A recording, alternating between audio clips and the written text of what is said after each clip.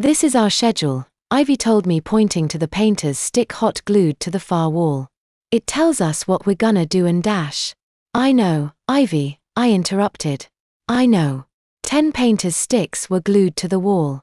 A strip of fuzzy Velcro going from top to bottom. At the top of each stick was a given little's picture.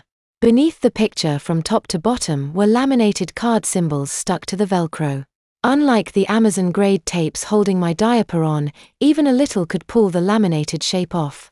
I ripped the uppermost symbol above my pouting face. It took me a second to realize where the photo had come from. It was close-cropped, laminated, and the background was cut out, but from the look on my mug, I guessed it was from my first morning in Janet's bathtub. Lovely. Just lovely. Typical. So this is a red circle, I continued. That means I'm supposed to go to the table or workstation with a red circle, right? Ivy grabbed her own red circle, beneath her smiling portrait. The cardstock was thick enough and laminated enough that even a little who'd lost most of their fine motor skills could manage to peel the shape off without doing too much damage. That's right, she beamed. How'd you know? Do you got sidekick powers or something? I didn't know whether the malapropism was a weird language barrier left over from her time in Yamatoa, or whether her vocabulary had been that far regressed to the point where she couldn't say psychic. No, I told her. I just already know. A visual schedule is a great tool for young children. The student doesn't need to be able to read since they're just matching up an emblem from the paint stick to the emblem at a table, workstation, or play area. They don't have to be time or number literate either or have great tracking skills. Just take the top emblem off first, and when it's time for the second activity, it's the new top emblem. And because of that, a teacher had the ability to move children around in differentiated groups depending on the activity, and once trust was ensured, students could work independently and in small groups. Who told you? Ivy asked. It's my job to help you out today. Mommy said so. Was it Chaz? I bet it was Chaz. I frowned. Mrs. Both taught me, I said. Years ago. Back when I was. Damn. I just made myself sad. Speaking of which, Ivy. Clark. I looked past Ivy and saw a too friendly Both waving us over to her kidney table. Great. Awful. I walked from the schedule wall over that was adjacent to where the circle time area had been and over to the kidney table. A plastic mesh basket waited for us, and I threw my card inside, grabbed a chair and sat down. So weird. Unsettling even. Different and similar. Her room was nearly identical to mine in how it was set up. She had her table to work with students. Zoj had hers. Between them and off to the side was an unmanned table with some kind of independent activity to work with. To Both's left was a built-in toy shelf with painter's tape marking the boundaries of a play area. To Zoj's right was a nook filled with bin bags, stuffed animals, and well-worn books for quiet reading. Up on the board where circle time was held was a timer, a red circle that gradually wound down before beeping. To know how much time was left was just a matter of glancing at the slowly expiring circle.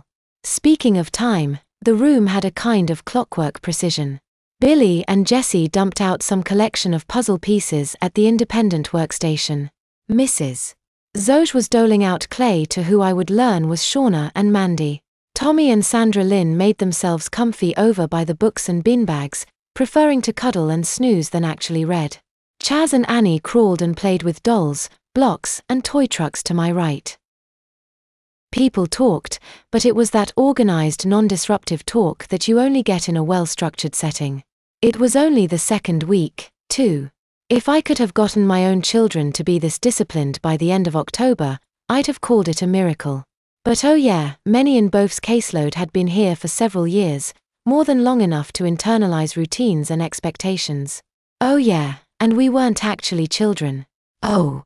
And my students were actually learning, not being forced to pantomime the steps so that insane mommies and daddies could play house with us forever. My so-called mentor only had to pretend to do what I actually did for a living. That made me angry. Good. Angry felt stronger than sad. Angry or not, sitting down at the teacher table was weird. I felt weird and out of place, and for once it had nothing to do with the diaper, though just thinking that made me scoot in more. I'd lost count of how many times I'd sat in one of these chairs, almost directly across from where Bof was now sitting. But the things we talked about wasn't colors and alphabet sounds or whatever she was about to shove down my throat. Here you go. Ivy slid a plastic bottle over to me. For you. I looked at it. True enough, it had my name written on it in permanent marker. Might have been the bottle that had been shoved in my mouth last week. Thanks. But I just had some milk at breakfast. You carry it with you, Ivy giggled. Our bottles are at our first tables every morning. We carry them with us. It's so we can have a drink whenever we get thirsty since we can't reach the sink. I looked to Bof. She was busy sorting cardboard squares into even rows. A memory game of some kind. She nodded without looking up. That was something different. I didn't have that equivalent in my room. I shifted and heard soft plastic rustling beneath my bottom. I wasn't trying to get my kids to pee themselves on the regular, either. Ivy took a sip. So did I. I wasn't getting pants put back on me until my diaper was changed again.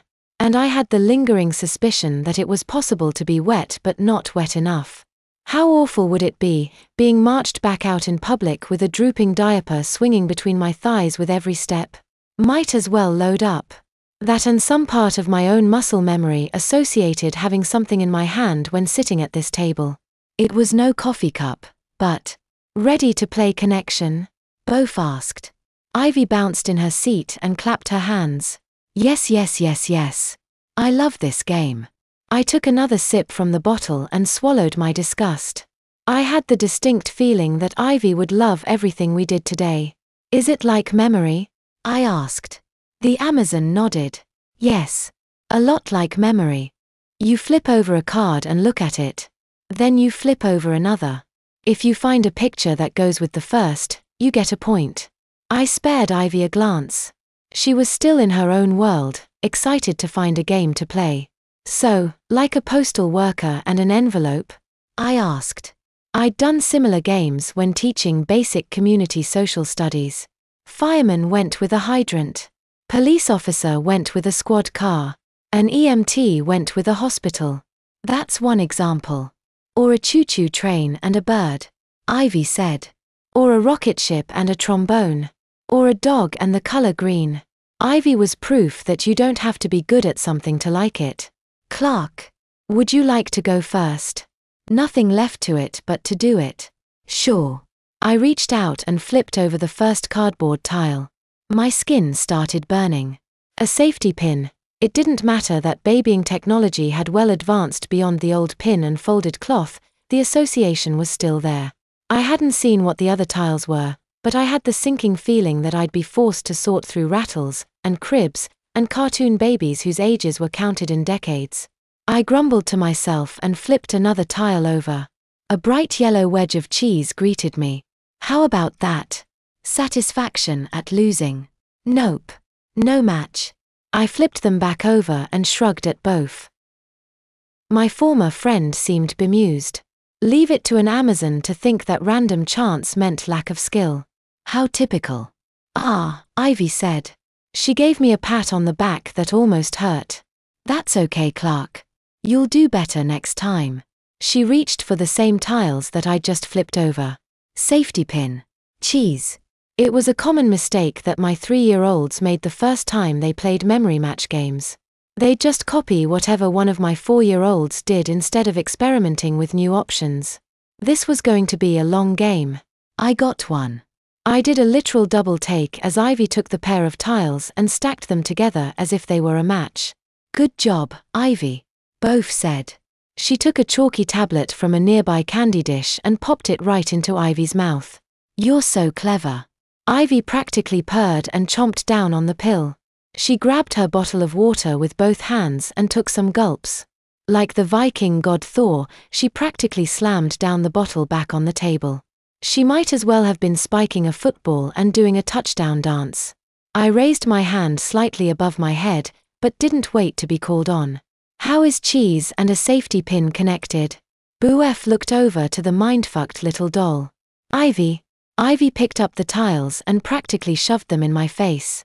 See the holes in the cheese? I jerked back. Yeah. See the pointy end of the diaper pin? Yeah. The pointy part poked the holes in the cheese. That's right.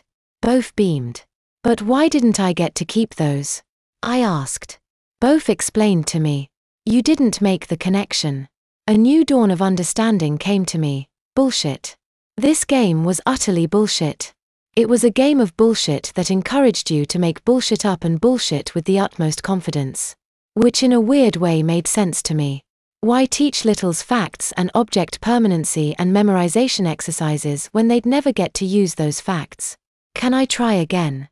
I asked both. Or is this a make-it-take-it situation? It's your turn, she said. If it was make-it-take-it, Ivy would never stop and get all the candies.